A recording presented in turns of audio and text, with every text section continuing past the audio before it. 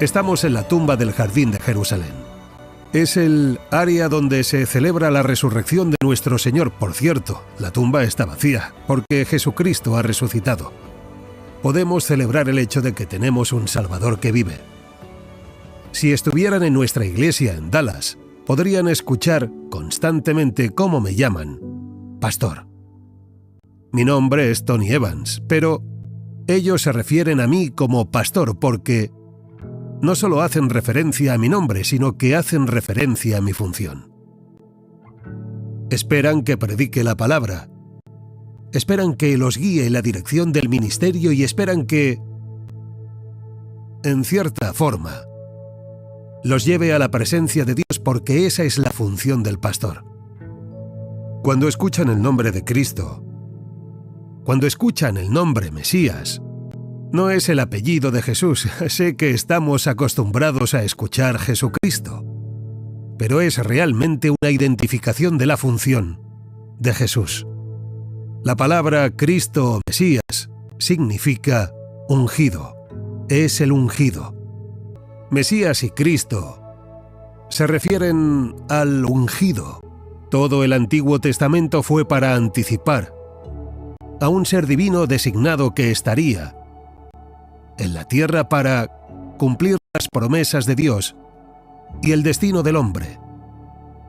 Y sería ungido por Dios para cumplir esta función o responsabilidad divina y sería conocido como el Mesías. En el camino de Emaús, en Lucas 24, 25, 27, cuando los dos discípulos desalentados iban de camino y trataban de averiguar lo que había sucedido en Jerusalén, lo que pasaba en el mundo. Bien, Jesús se acercó a ellos y cuando apareció, abrió la Escritura y les mostró cómo todo el Antiguo Testamento hablaba de él. Hablaba de él, el Cristo, el Mesías.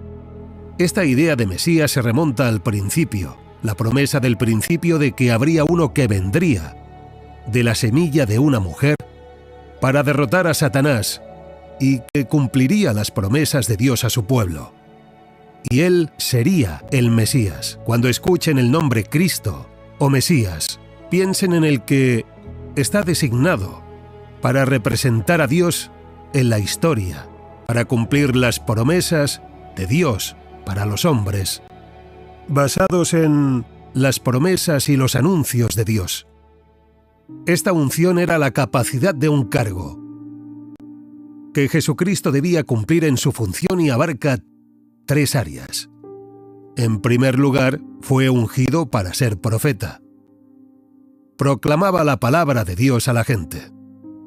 De hecho, se identifica como la palabra de Dios, así que él es profeta. En segundo lugar, sería sacerdote. Representaba a los hombres delante de Dios. Esa era su función, representar a los hombres delante de un Dios santo. Y finalmente era rey. Dios prometió que el hombre gobernaría. Pero el primer Adán falló en llevar a cabo ese deber. Para que el ungido fuera el cumplimiento de las promesas de Dios de que el hombre gobernaría en la tierra. Y Jesucristo sería el ungido. El punto es simplemente este: Jesucristo y su función. Mi función como pastor tiene ciertas responsabilidades. La función de Jesús como ungido es de profeta, sacerdote y rey. ¿Por qué nos importa que Él sea el ungido? Número 1, importa porque Él trae el cumplimiento de las promesas de Dios en la historia. Las trae de la eternidad a la historia. Eso debe de ayudarnos a entender un verso que todos conocemos, pero que es fácil repasar rápidamente.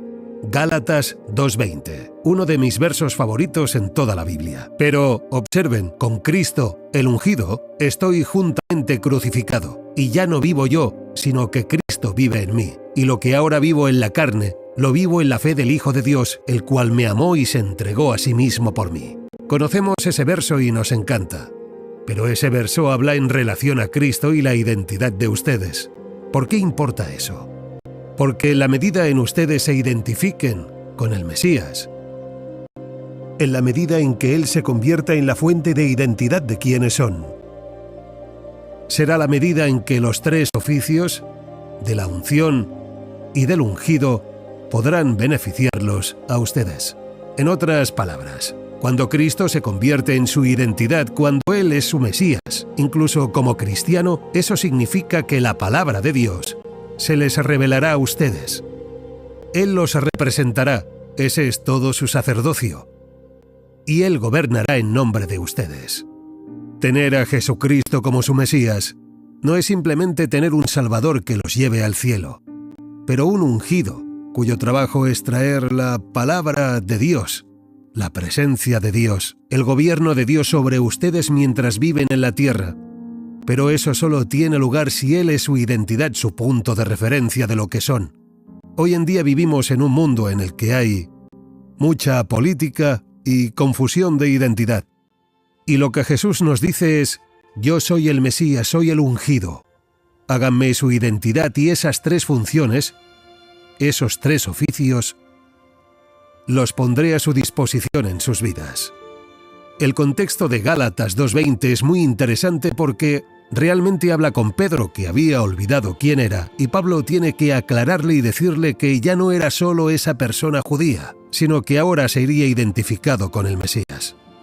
Cuando Jesucristo se convierte en su punto de referencia, cuando su papel mesiánico, que comenzó en Israel, pero que se transfiere a la Iglesia, por eso es Mesías, pero es conocido como Cristo, porque es el Cristo y el Mesías incluso para los cristianos, aunque sale del judaísmo. Quiere que sepan que el mismo Jesús debe ser su punto de referencia. Volvamos a Lucas 24, cuando Jesús abrió la Escritura delante de ellos y dijo: ¿acaso no era necesario que el Cristo, el Mesías, padeciera estas cosas y cumpliera todo el Antiguo Testamento? Soy el cumplimiento de todo el Antiguo Testamento. Encontramos un gran detalle en el camino, en Mateo 1 y en Lucas 3, porque el Mesías tenía que ser del linaje de David. Y Mateo 1 nos muestra que el Mesías, a través de José, estaba en la línea de David, su padrastro. Y luego muestra el camino hasta Adán en Lucas 3, que el Mesías tenía un linaje humano a través de David. De modo que el linaje de David, tanto legal como biológico, fluyó a través del Mesías. Vean que el gran detalle estaba destinado a demostrar que Jesucristo calificaba para ser el Mesías. Pero en Lucas 24, cuando los llevó a través de la Escritura para probar que era el Mesías, se sentaron con él, y cuando se sentaron con él, sus ojos fueron abiertos, y cuando sus ojos fueron abiertos, vieron quién era realmente. Llegan a ver que Jesucristo es su Salvador, sí, han confiado en Él para el perdón de sus pecados y el regalo de la vida eterna. Pero también es su Mesías, también es el ungido, que pone su unción para beneficio de ustedes y el mío, cuando se convierte en su identidad. Muchos cristianos hacen lo mejor que pueden para lograr lo más posible en sus vidas cristianas. Pero eso es como un salto de altura en el cual saltan sobre una barra, lo hacen lo mejor que pueden. Un saltador de altura puede llegar a unos 2,5 metros si es bastante bueno. Pero un salto con garrocha es diferente, porque un saltador con garrocha puede llegar a unos 5,5 metros, porque están apoyados en algo más para impulsarlos más alto de lo que podrían llegar por su cuenta. Jesús es su Salvador, pero no pueden llegar muy lejos solos por su cuenta. Él quiere ser su garrocha como su Mesías, porque como el ungido en quien se apoyan, los lleva a un nuevo nivel de experiencia. Él hará que la palabra de Dios viva en ustedes, intercederá por ustedes, en función de sacerdote, y gobernará y dominará en nombre de ustedes porque ha sido ungido como rey. Los tres oficios están en el Mesías, que significa Cristo, y están disponibles para ustedes. Aprovechen este gran nombre de Jesús. Este gran nombre de Jesús, Cristo. Ese no es su apellido, esa es su función, y quiere cumplir esa función en ustedes, por ustedes y para ustedes, si se someten a Él y lo convierten en la pieza central de su identidad espiritual.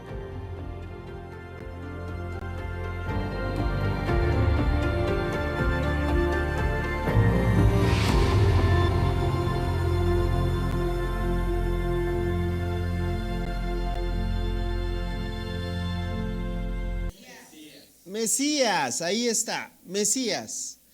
Bueno, vamos a partir desde la primera declaración. Mira, fueron los discípulos, obviamente, recuerda, los discípulos conocían el Antiguo Testamento, tenían referencia de las profecías y ven aparecer a Jesús en escena, es como lo retrata Juan. Mira, imagínate la escena, porque como bien dijo el presentador, a veces pensamos de forma errónea que Cristo es como el apellido, ¿verdad? O no sé, tan familiarizados estamos que es Jesucristo, pero ve nada más la implicación que tiene. Andrés dice, Juan 1:41 dice, fue a buscar a su hermano a Simón. Yo me lo imagino decir así con una gran expectación, con todo, no era poca cosa, o sea, como judío saber que el Mesías era, voy a decirlo así, la razón principal por la cual ellos estaban teniendo su esperanza de que los librara del yugo que los oprimía, específicamente en ese tiempo el yugo del Imperio Romano. Y entonces va y mira lo que dice, y le dijo, hemos encontrado ¿a quién? Al Mesías. En hebreo, Hamashiach. Hemos encontrado aquel que las profecías hablan. Y la lista es larga y abundante referencia. Y ahora sí, tenemos la traducción del hebreo al griego. Dice que significa Cristo. Entonces, di conmigo, Cristo, y lo fuerte, Cristo significa Mesías. Cada vez que tú estás hablando de Cristo, tú estás hablando del Mesías, o en otras palabras, del ungido. Di conmigo, el ungido. El ungido. Porque el ungido era la figura del Mesías en el Antiguo Testamento. De eso, la parte etimológica del hebreo tiene que ver con la unción, ¿sí? Qué interesante, mira, la palabra Cristo aparece una enorme cantidad de veces en todo el Nuevo Testamento. Hoy chequé nuevamente el dato, ¿sí? Poquitas, como dicen de forma sarcástica, 531 veces. Los que toman notas, es bueno tener estos datos. 531 veces aparece, obviamente relacionada con Jesús, el vocablo Cristos. Cristos en el griego, ¿sí? Rápidamente, 16 veces en Mateo, 7 veces en Marcos, 12 veces en Lucas, 19 en Juan, 26 veces en Hechos, 383 veces en los escritos de Pablo. ¿Quién es el que más escribe acerca del ungido, del Cristo? Ahí lo tienes. 12 veces en Hebreos, 49 en las epístolas universales y 7 veces en Apocalipsis. Para dar un total, otra vez, de 531 veces que se encuentra Cristo en el Nuevo Testamento. ¿Eso quiere decir algo? Claro, tiene un impacto profundo y transformador el hecho de que veamos a Cristo en nuestra vida práctica como el Mesías. ¿Sabes por qué? Porque si tú no ves a Cristo como el Mesías, voy a decirlo así, no puedes tener seguridad de tu salvación y en el perdón de tus pecados. Si tú no ves a Cristo como el Mesías, tú no puedes ser transformado ni personalmente, ni digamos corporativamente, no puedes abonar a tu santificación. Si tú no ves a Cristo como el Mesías, entonces no tienes esperanza, y te lo voy a decir así, no hay propósito de Dios en tu vida. Si tú no ves a Cristo como el Mesías, no hay una relación íntima y estrecha con el Padre, como Dios, como tu Padre. Si tú no ves a Cristo como el Mesías, no puedes fomentar el amor y la unidad en la comunidad de fe. Si tú no ves a Cristo como el Mesías, tú no puedes vivir una experiencia diaria todo el día, digamos todo el entorno, viendo con gran expectativa hacia el retorno de aquel que vendrá por segunda vez. ¿Y sabes por qué te digo todo esto? Porque hay muchos grupos que reconocen la existencia de Jesús, grupos religiosos, aún los propios judíos ortodoxos al día de hoy siguen esperando al Mesías. Si tú les preguntas, ¿y Jesús? Te van a contestar, sí, claro. Yeshua, ¿te acuerdas el nombre anterior? Yehoshua, derivado de Josué. Claro, un gran maestro, lo van a decir. Algunos van a decir un maestro de moral. Algunos lo van a reconocer como un gran profeta. Y si vamos en círculo por círculo, muchos no van a negar la existencia de Jesús, pero tristemente, lamentablemente, y todo lo que dije a continuación, no es posible en sus vidas, porque no solo fue un gran profeta, no solo fue un gran maestro, Jesús fue el Mesías y es el Mesías prometido. Sí, dale un aplauso al Señor. Él es el Mesías, el Hijo de Dios, aquel que no solo Israel estaba esperando, sino que el mundo entero está anhelando que Él establezca su reinado final, familia.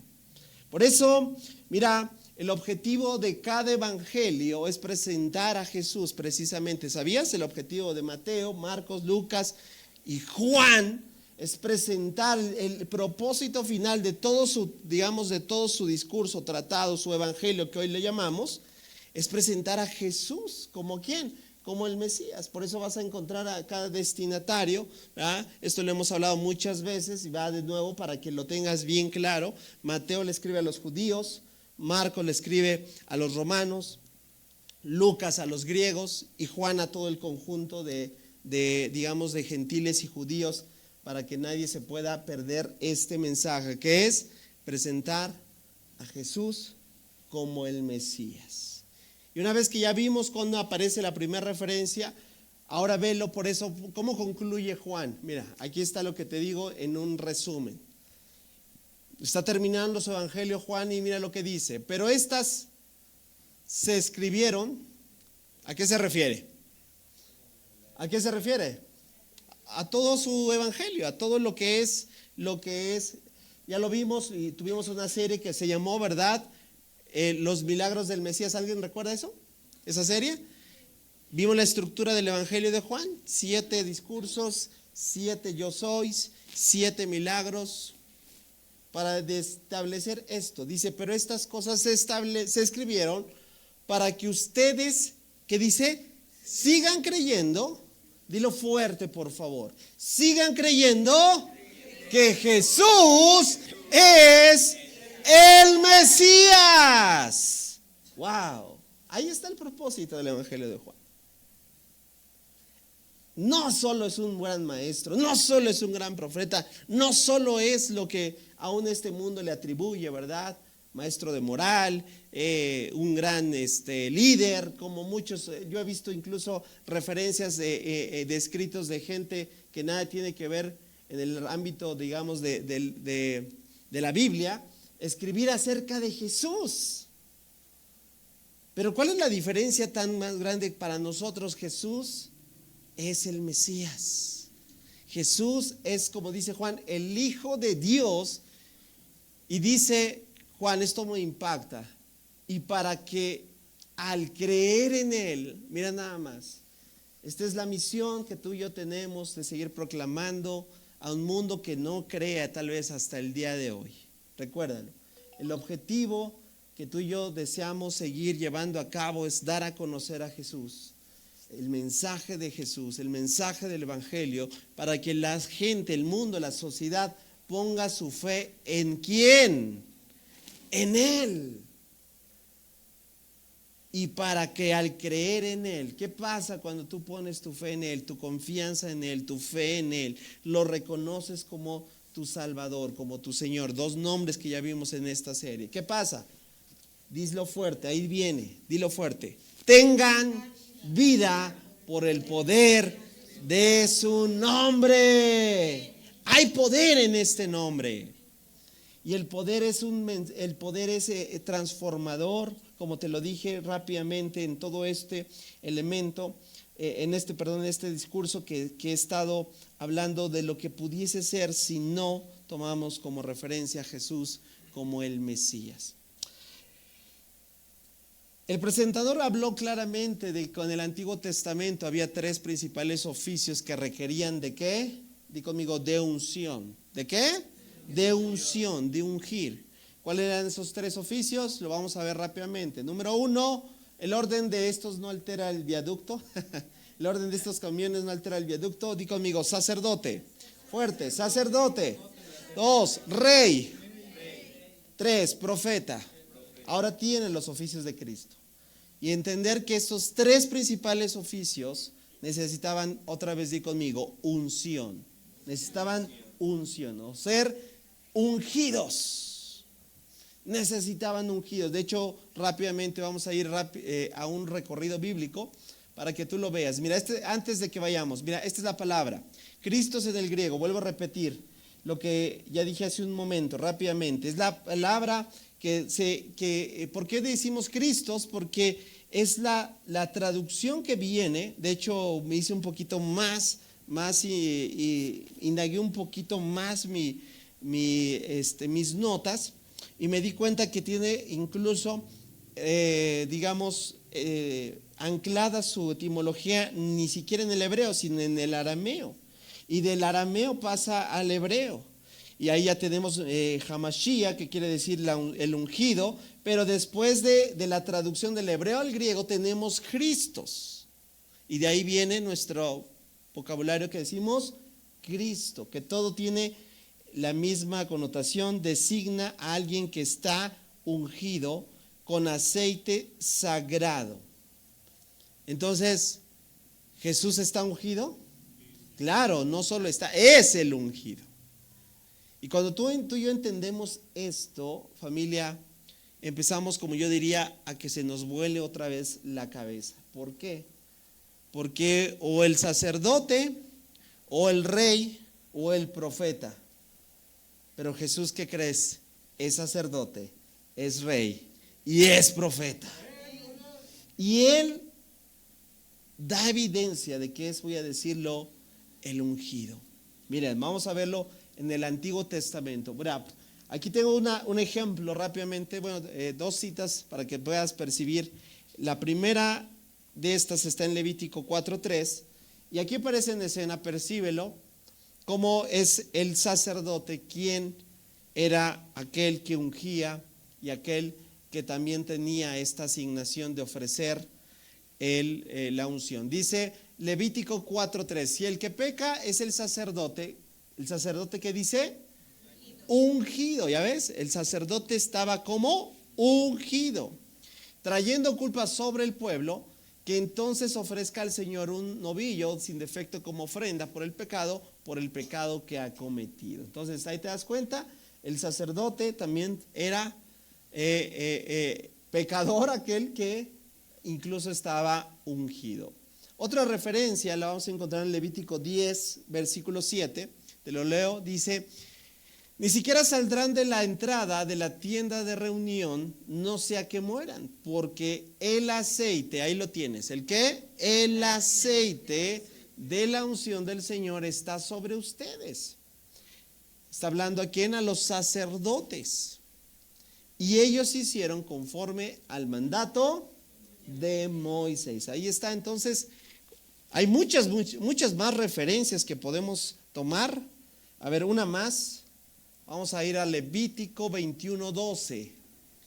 No saldrá del santuario ni profanará el santuario de su Dios, porque la consagración, ahí está, ven nada más, el aceite se consagraba.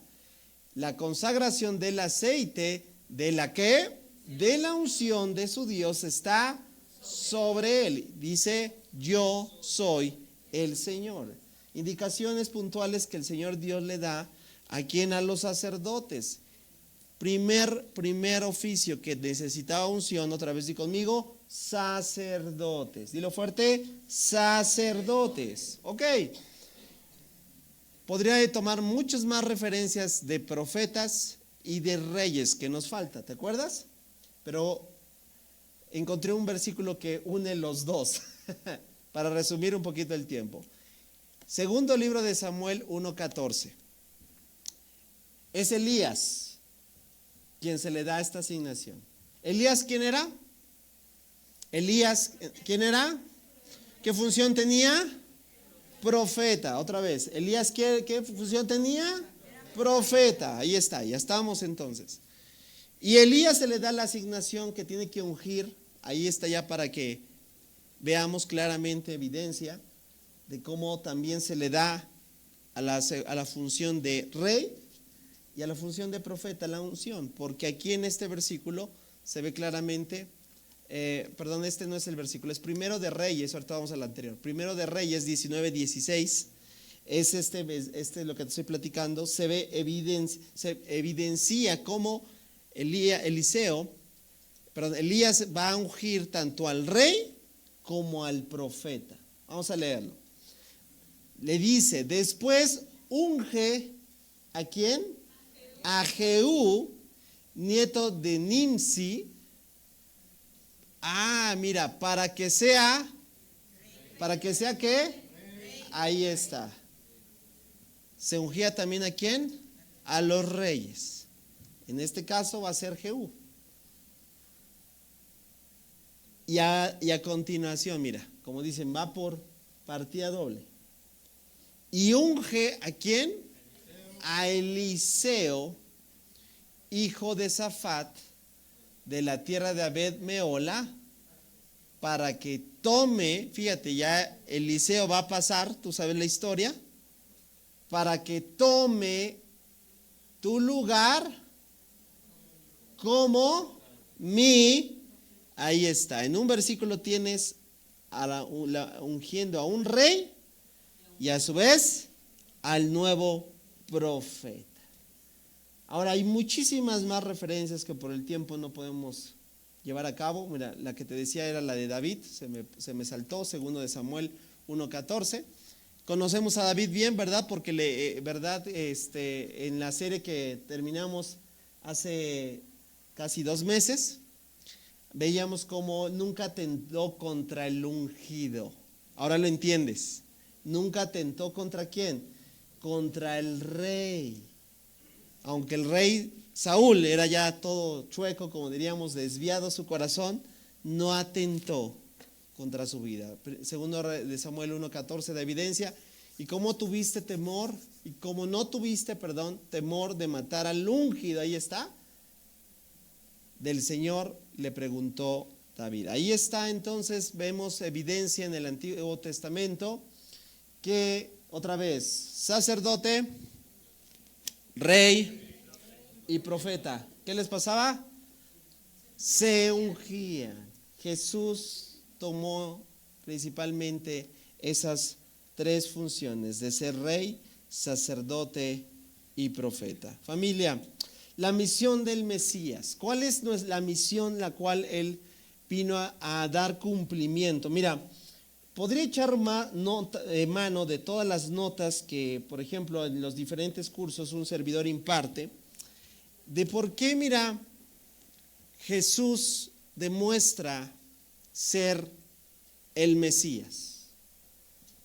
No solamente es una referencia, no solamente es un evento. Mira, si te interesa, te podría compartir un documento que tengo aquí que he elaborado a lo largo de los años, que he ido, voy a decirlo así, desarrollando en el cumplimiento puntual. Obviamente tiene una profecía en el Antiguo Testamento y debe tener un cumplimiento en el Nuevo Testamento. ¿Para qué? Para que pueda evidenciar, ¿verdad? Esto yo recuerdo que se lo pude compartir al día de hoy.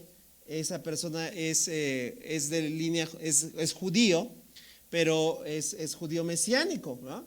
Y sobre todo le pude dar este aporte para que él pudiese en su comunidad, sobre todo con los ortodoxos, desde las escrituras. Yo sé que es todo un reto porque para los ortodoxos no tienen el Nuevo Testamento como una referencia, sin en cambio que pudiese llevarlo a cabo para ir, voy a decirlo así, empujando a su apreciación incluso lógica, cómo Jesús cumple perfectamente todo lo que las profecías hablan acerca del Mesías. Te lo voy a leer rápidamente. ¿Me permites leértelo rápidamente? ¿Sí? Mira, número 1, un nacimiento virginal y una descendencia davídica. La profecía está en Isaías 7:14 y el cumplimiento está en Mateo 1:22 y 23. Número 2, Jesús es como referencia del linaje de David. La profecía está en Jeremías 23, 5, 6.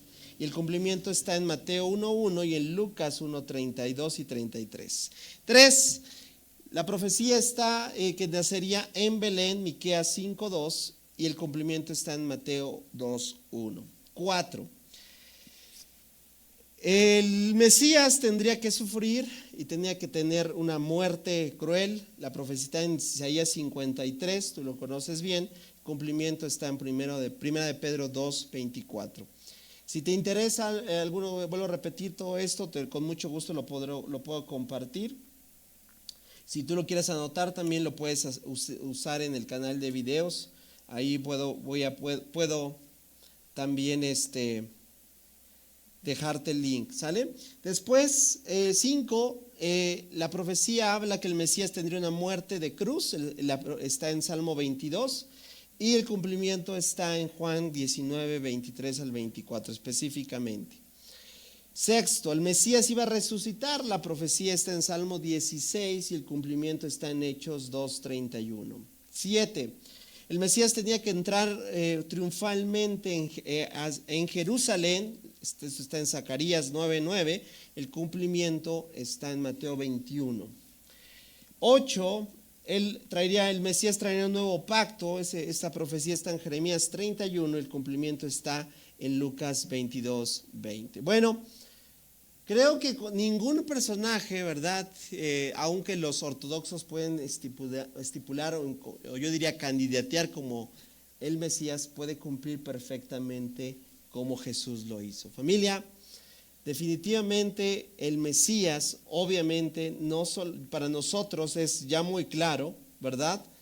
Pero la intención de hacer todo este análisis es para que podamos ver incluso que hay muchísima más, voy a decirlo así, lógica de colocar a Jesús como el Mesías que cualquier otro personaje que pudiesen hoy poder estipular.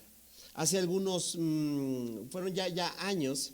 Yo recuerdo haber visto una noticia de cómo cierto grupo, cierta secta judía, voy a decirlo así, estaba candidateando a un nuevo Mesías, ¿sí?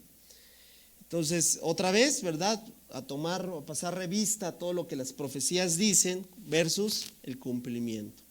Qué interesante es eso, familia, pero ahora quiero enfocarme en esta posición práctica. ¿Por qué? Como te lo dije, la misión del Mesías, familia, hasta el día de hoy sigue siendo evidente. ¿Sabes cuál es la misión principal del Mesías?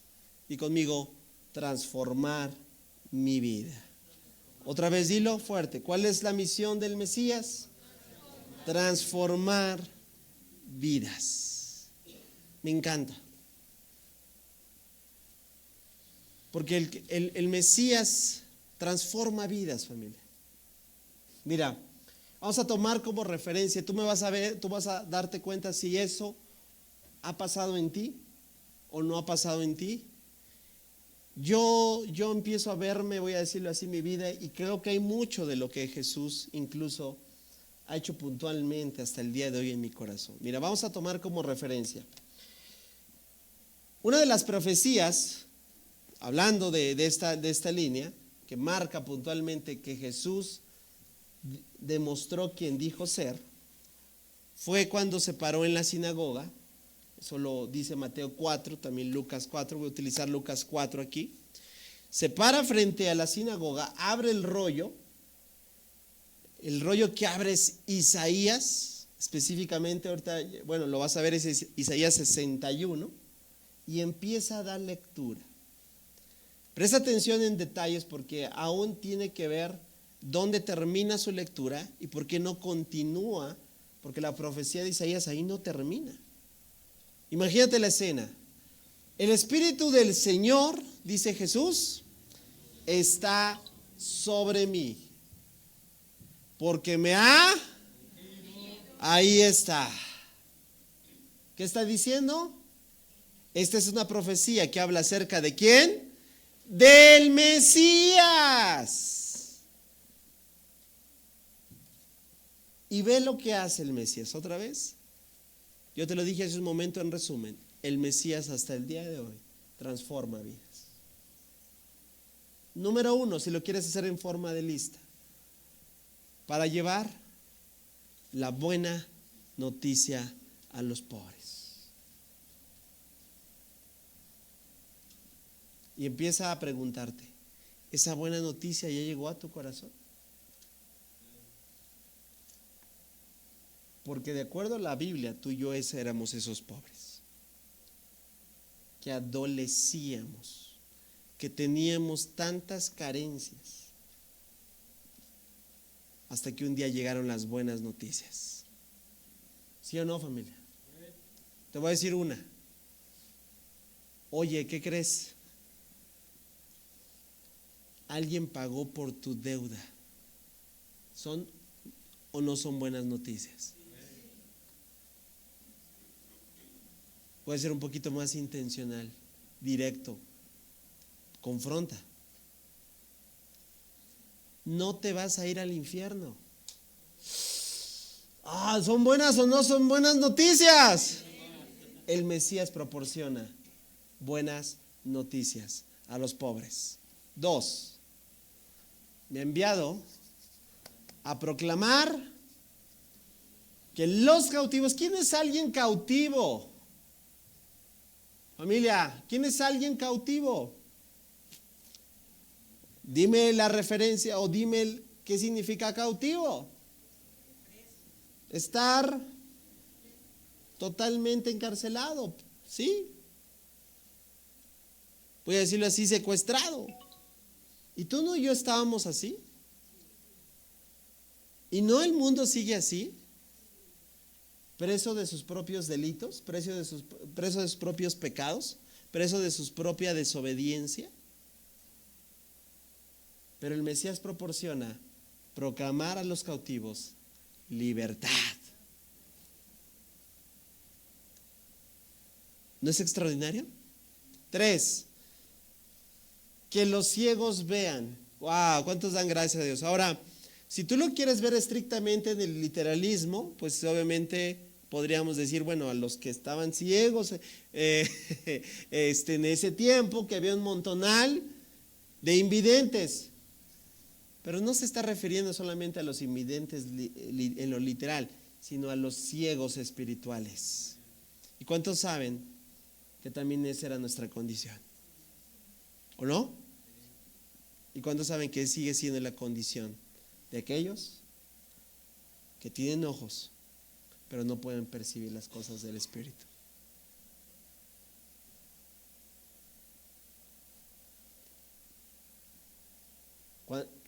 ¿Qué lista vamos? Número 4. Que a los oprimidos sean puestos en libertad. ¡Wow! Pregunta, ¿de dónde te sacó Dios? ¿De qué situación particular te sigue sacando? Familia, este mundo oprime, ¿sí o no? ¿Sabes cuál es una de las cosas que obligadamente tendré que predicar el próximo año? 2 temas que son tendencias a la sociedad actual, que yo nunca me imaginé que tendría que documentarme para predicar de esto que voy a predicar el próximo año: ansiedad y depresión.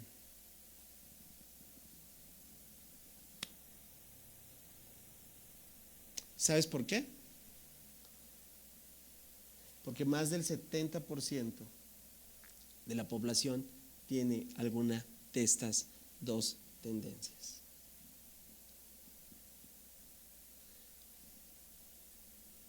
Pero las grandes noticias que tenemos al Mesías, que Él da libertad a aquellos que están oprimidos. Familia, ahora entiendes. Pregunta, ¿este Mesías transforma o no transforma? Claro que transforma. Y Jesús sigue leyendo. Y que ha llegado el tiempo favorable del Señor. ¡Wow! Increíbles noticias, ¿cierto o no? Él es el Mesías. Él, al abriendo el rollo de Isaías, está atribuyendo: yo soy este. Y tú ves ahora al marco de la historia, de la obra de Jesús. Efectivamente, yo podría decir palomita, palomita, palomita, palomita. Y no solamente en el marco de la historia, yo diría en mi propia vida. Tú también podrías decir lo mismo. Él es el Mesías que sigue haciendo esta obra. Pero yo te dije algo interesante. Si tú te vas, y si por eso es bueno que traigas tu Biblia, si tú te vas a donde Jesús saca esta referencia, que es, pero fíjate, vamos a ver, para que veas que Lucas fue preciso, para que veamos un detalle ahí precioso. Dice Lucas: y lo enrolló de nuevo. Es decir, cuando enrolla, bueno, era el pergamino, ¿te acuerdas? Se enrollaba. Era la laptop de ese tiempo, ¿no? Ya, cuando yo cierro la laptop es que se acabó el mensaje, ¿no? Jesús se enrolla, se lo entrega al ayudante y se sienta. Es decir, oye, pero ¿qué crees? Todas las miradas, las miradas se quedan así como a veces tú me miras a mí, como que, ¿ah? ¿Sabes por qué? Una de las razones es porque Jesús no terminó de leer la profecía. Toma tu Biblia. Después Jesús comenzó a hablarles de la escritura que acababan de oír. Se ha cumplido. ¿Qué dijo? Ya se cumplió este mismo día. Vamos a ver, Isaías 61. El Espíritu del Señor está sobre mí. Sí, ¿verdad? Jesús lo citó. Porque me ha ungido. ¿Lo citó? Sí. Me ha enviado a predicar buenas nuevas a los abatidos. ¿Lo citó? Sí. A vendar a los quebrantados de corazón. Sí. A publicar libertad a los cautivos. Sí. Y a los presos. Todo eso Jesús lo dijo. Él se atribuyó. Y eso es lo que hizo en su primer advenimiento, en su primer venida. A proclamar el año de la buena voluntad del Señor. Presta atención, pero ahí Jesús cerró el rollo. Perdón, el pergamino, cerró el manuscrito, cerró ya. Y mira lo que dice la profecía. A ver, termina de leerlo fuerte conmigo. Y el día de la venganza del Dios. Ah, caray, pero eso Jesús ya no lo dijo. Familia, porque el Mesías no solo tendrá la primera parte. El Mesías hará, di conmigo, todo. ¿Y sabes por qué no lo terminó? Porque lo que citó tiene puntualmente respuesta a lo que él hizo en su primer venida. Y lo que viene, familia, será en su segunda venida. Alguien dele un aplauso fuerte al Señor. Ahora entiendes el rol y el papel que juega la segunda venida de nuestro Mesías, porque Él vendrá a vengar. Él ya vino hace 2000 años como el Salvador de este mundo, para darle gracia y favor, para extender el mensaje a los gentiles de la gracia, del favor, de la misericordia de Dios, de aquellos que rechazaron. Dice Pablo, ha venido a ser la oportunidad para todos aquellos que los judíos le dieron la espalda. Henos a nosotros, ¿cierto o no? Pero el Señor viene por segunda vez y terminará de cumplir la profecía de Isaías, porque Isaías habla perfectamente de esta porción del Mesías. Familia, di conmigo otra vez: el Mesías que sigue transformando. El Mesías que transforma vidas. El Mesías que transforma, y su evidencia es cada vez más. Mira, hay otro pasaje que por el tiempo ya no voy a ir a desarrollar, pero se encuentra, solo te lo voy a platicar y yo sé que para ti es familiar. Se encuentra en el Evangelio de Juan, capítulo 4. ¿Y sabes ahí qué pasa? Jesús se encuentra con una mujer que no es judía, es samaritana. Es precioso ese pasaje. Hay muchas cosas que podríamos hablar de lo que hay, pero me voy a enfocar al versículo 25 y 26, porque en esa conversación final Jesús le deja claro a la mujer que Él sigue transformando las vidas porque Él es el Mesías. Aún como creencia, aunque no era judía, esta mujer tenía bases, es muy evidente que percibe que hay un Mesías o que ha de venir. La mujer le dice, sé que ha de venir el Mesías llamado el Cristo, ahí está. Cuando Él venga nos declarará todas las cosas. Y Jesús le contesta, yo soy el que habla contigo. Familia, en ese encuentro transformador, la mujer samaritana, voy a decirlo así, cambió su vida. Porque en un encuentro con Jesús, un encuentro con el Mesías, te voy a decirlo así, ninguno vuelve a ser el mismo. Solo que necesita eso, que realmente hay un encuentro. Esos encuentros que realmente trastornan todo de ti. Yo hice hace tiempo una serie, y no recuerdo si la impartí aquí, creo que todavía no estábamos aquí en Ojo de Agua. La llamé así, Encuentros con Jesús. Separé diferentes encuentros. Recuerdo que hice el encuentro de la samaritana, el encuentro con Saulo de Tarso, el encuentro con Pedro. Y me di cuenta que el porqué de la actitud de muchos que negaron a Jesús, ¿sabes cuál fue? Es que nunca tuvieron un encuentro con Jesús. Solo tenían un manto de apariencia, solo tenían una, vamos a decirlo así, liturgia establecida. ¿Y sabes a qué me atrevo a llegar a conclusión? Que al día de hoy sigue siendo ese el dilema. Hay personas, voy a decirlo así, que hasta el día de hoy asisten a nuestras reuniones, cantan nuestras canciones, se reúnen de una forma y parece estar todo bien, pero la gran y triste situación es que hasta el día de hoy no han tenido un encuentro con Jesús.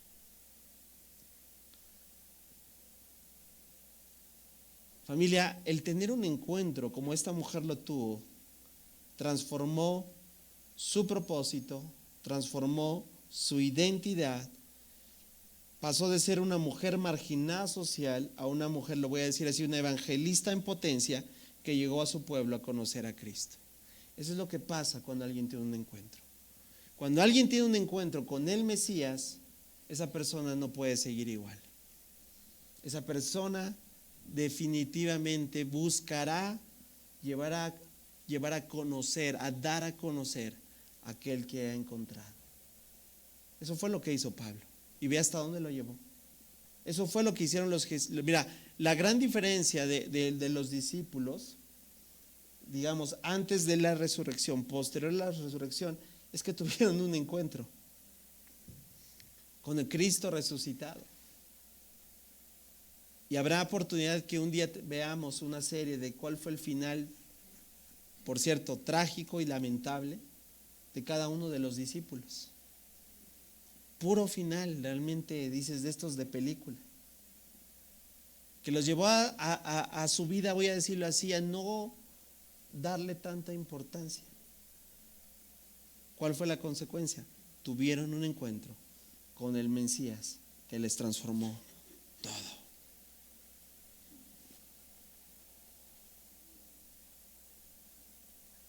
¿Cuántos deseamos que realmente el Mesías siga transformando nuestras vidas? Síguete encontrando con Él. Propicia esos encuentros. Tienes la oportunidad constantemente de tener encuentros con Jesús. Permite que Jesús sea el Mesías de tu vida diaria. Lo voy a decir así, permite que Jesús sea el Mesías de tu vida, significa que le rendirás todas tus preocupaciones, todos tus temores, pero también todas tus esperanzas.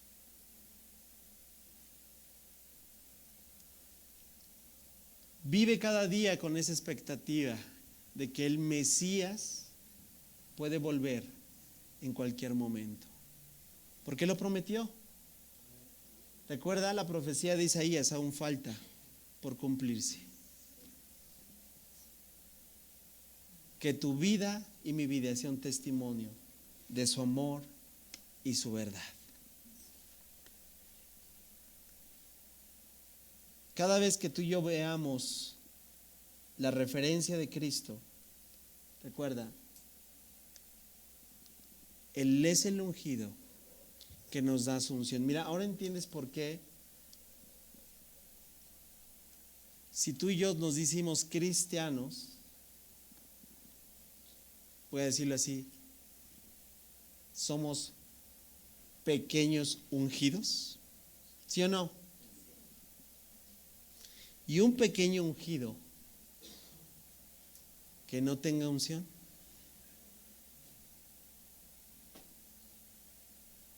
¿verdad que no? Yo diría es como el café sin cafeína. No es café. No hay un Cristo sin unción. No hay un cristiano sin esa llenura. Ahora entiendes por qué Él nos dejó su espíritu.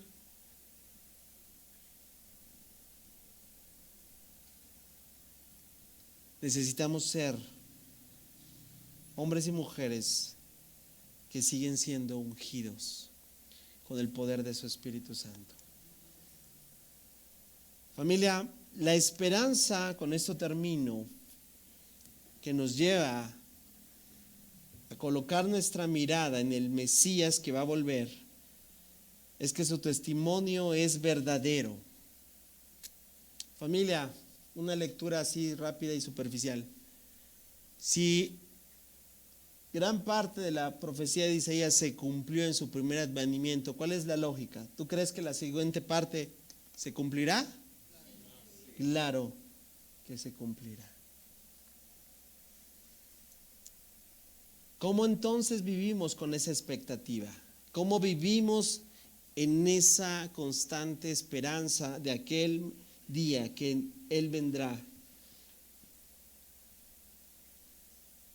Yo creo que deberíamos preguntarnos cada uno de nosotros si estamos tomando totalmente con seriedad la indicación que Él nos hizo antes de ascender. ¿Recuerdas cuál es la indicación? Toda potestad me es dada en los cielos.